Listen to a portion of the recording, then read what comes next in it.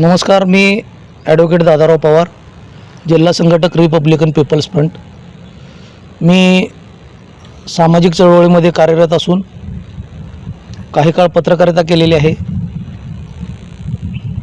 या ठिकाणी जो मी मुद्दा आता बोलायला चाललो आहे तो अतिशय गंभीर आहे आणि नागरिकांच्या मूलभूत अधिकाराविषयीचा हा मुद्दा आहे. सांगायचा मुद्दा असा आहे की गेल्या काही वर्षांपासून मोहोळ शहर आणि तालुक्यामध्ये बाहेरच्या तालुक्यातील आणि जिल्ह्यातील गोरक्षकांनी उच्छाद मांडलेला आहे. गोरक्षा करण्याच्या नावाखाली मोहोळ तालुक्यामध्ये या लोकांनी कायदा आणि सुव्यवस्थेचा प्रश्न निर्माण केलेला आहे. मोहोळ तालुक्यातील अनेक मुस्लिम समाजाच्या युवकांवरती त्यांच्या माध्यमातून खोटे गुन्हे दाखल करण्यात आलेले आहेत. मी स्वतः काही केसेसमध्ये वकील म्हणून काम पाहिलेलं आहे, काही वेळा बातमीदारी केलेली आहे. त्यामुळं ही गोष्ट प्रामुख्यानं माझ्या निदर्शनास आलेली आहे. सांगायचा मुद्दा असा आहे, ज्यावेळी एखाद्या जनावराची वाहतूक करताना वाहन पकडलं जातं त्यावेळी हे गोरक्षक, कथित गोरक्षक त्या वाहन चालकाला मारहाण करतात, त्यांच्याकडून त्यांची आर्थिक लूट करतात, पोलिसांशी संगनमत करून खोटे गुन्हे नोंदवतात. या गोरक्षकांचा मास्टर माइंड एक पुण्यातला स्वामी नावाचा, शिवशंकर स्वामी नावाचा एक मास्टर माइंड आहे. तो हा सगळं नेटवर्क चालवतो आणि आपल्या जिल्ह्यामध्ये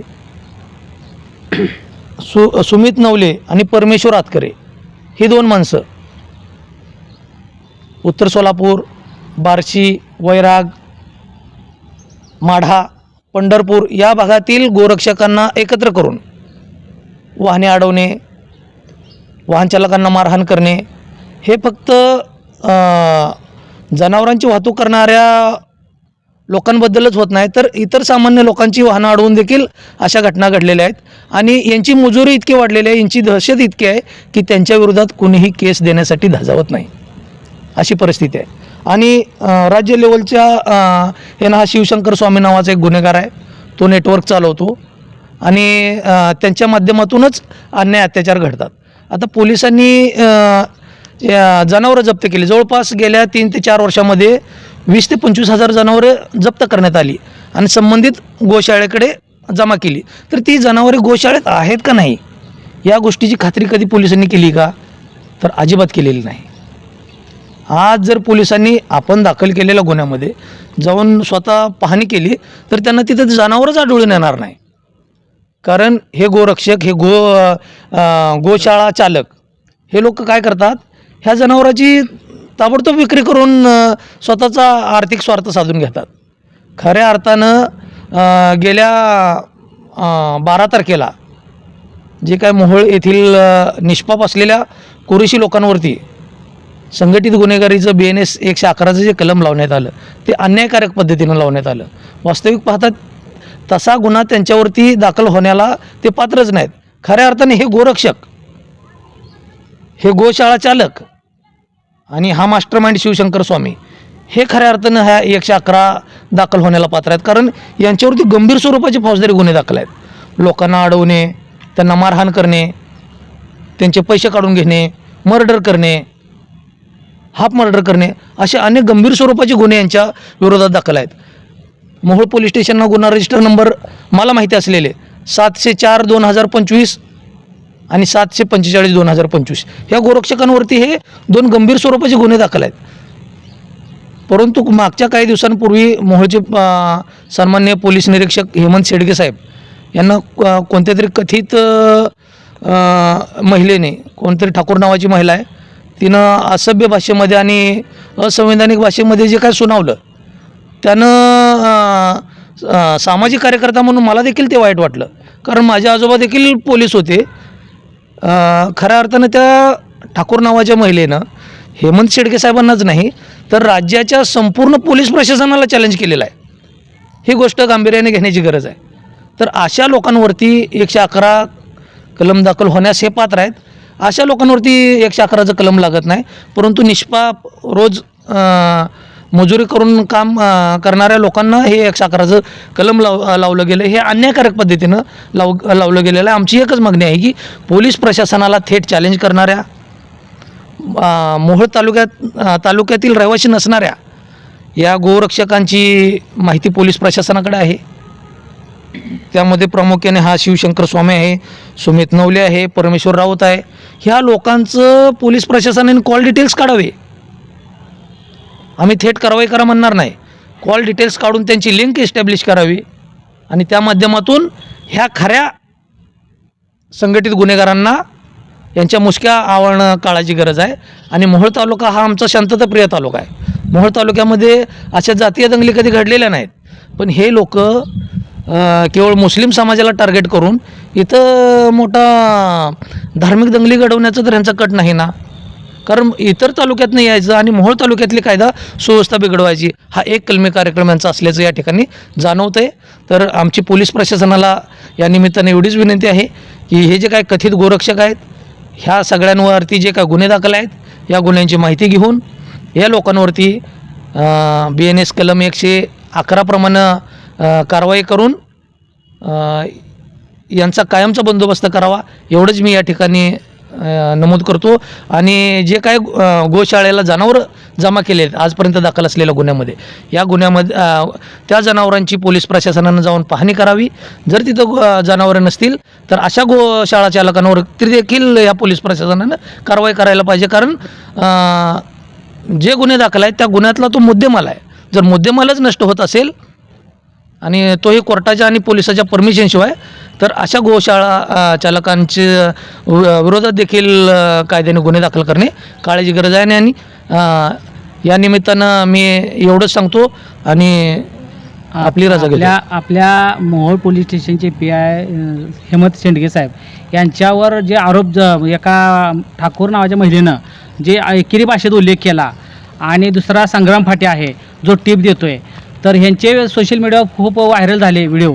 तर त्या संदर्भात त्यांच्यावर कुठले कलम दाखल व्हायला पाहिजे? जे कलम दाखल झाले ते बरोबर आहेत का? सध्या जी काय पेपरला बातमी वाचली ते संबंधित फाटे आणि ठाकूर कोण आहेत त्यांच्यावरती गुन्हा दाखल झाला. प्रायमापेशी जे काय गुन्हा दाखल केलेला आहे पोलिसांनी तो योग्य आहे. परंतु यात फर्दर इन्व्हेस्टिगेशन करून पोलिसांनी ह्या ठाकूर, हे फाटे, हे परमेश्वर आतकरे म्हणजे जे काय कथित हे गोरक्षक आहेत ज्यांच्यासाठी हे काम करतात, ह्या ठाकूरसाठी, या स्वामीसाठी, यांच्याबद्दलचं फर्दर इन्व्हेस्टिगेशन करून ह्यांची लिंक एस्टॅब्लिश करून 111 हे कलम लावण्याला हे पात्र आहेत. तर पोलिसांनी त्या दृष्टीनं पाऊल टाकलं पाहिजे. कारण आपण जर त्या ऑडिओ क्लिप पाहिल्या तर थेट पोलीस प्रशासनाला चॅलेंज केलेलं आहे. आणि यात जर आता पोलीस प्रशासन गप्प राहिलं तर या लोकांना कायद्याची भीती राहणार नाही. हे लोक परत कायद्याला जुमानणार नाहीत. हे कायदा आणि सुव्यवस्थेचा प्रश्न वारंवार उपस्थित करणार. कारण एखादी महिला थेट PIला तू माझं काय करतो अतिशय खालच्या थराला जाऊन जर बोलत असेल तर हे फक्त हेमंत शेडगे यांना नाही तर संपूर्ण राज्याच्या पोलीस प्रशासनाला चॅलेंज आहे. हे पोलिसांनी गांभीर्याने लक्षात घेऊन त्यांच्या विरोधात 111चं कलम वाढवून कारवाई करावी एवढीच मी या ठिकाणी नम्रतेची विनंती करतो.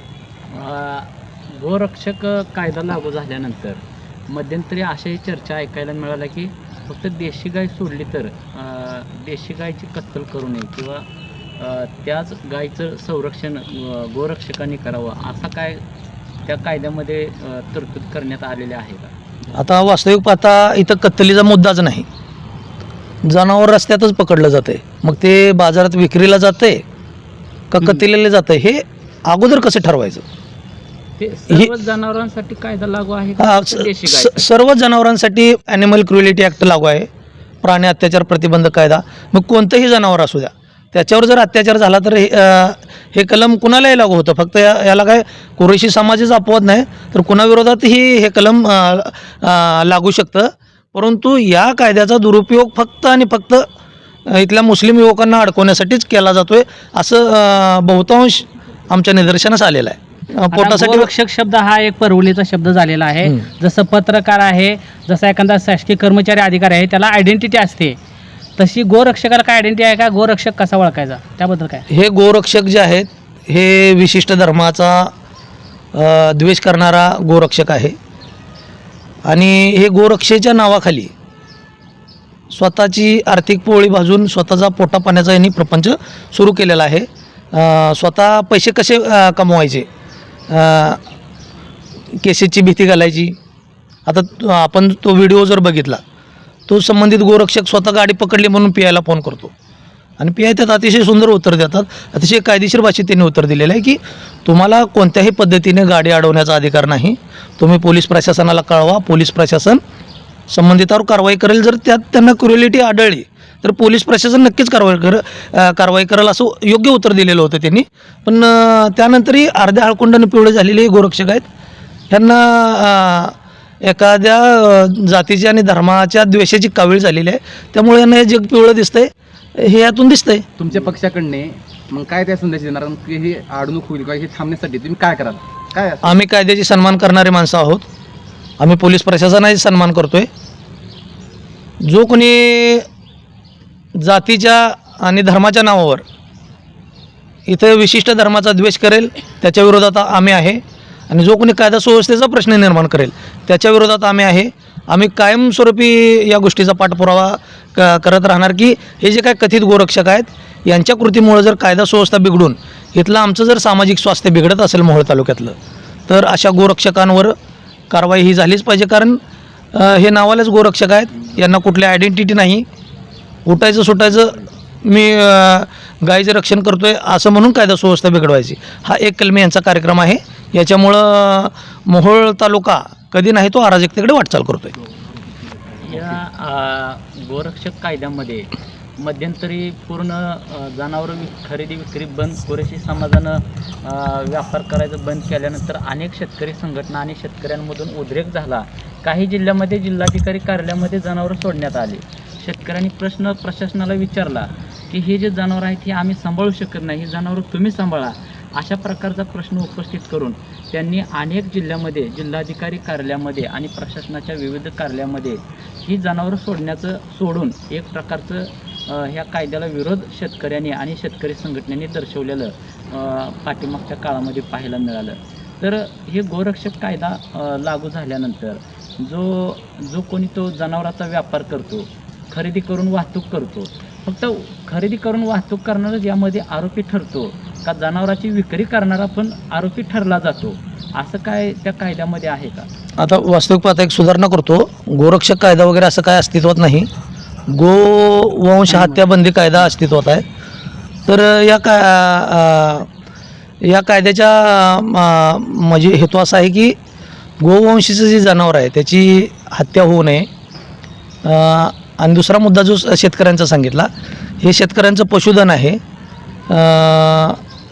एकीकडे शेतकऱ्यांच्या मालाला हमीभाव नाही आणि जे काय पशुधन आहे, एखादा शेतकरी जरसं जे जनावर असतं, गाई असली तर त्याचं दुग्ध व्यवसाय तो करू शकतो, पण ते जर गाईचं वासरू नर असेल तर त्या नराचा अगदी शेतीच्या मशागतीसाठी सुद्धा उपयोग होत नाही. हा एक आव्हानात्मक प्रश्न आहे आणि त्याच्यावरती सरकारनं योग्य उपाययोजना करणं गरजेचं आहे. ती केली जात नाही, ही एक शोकांतिक आहे.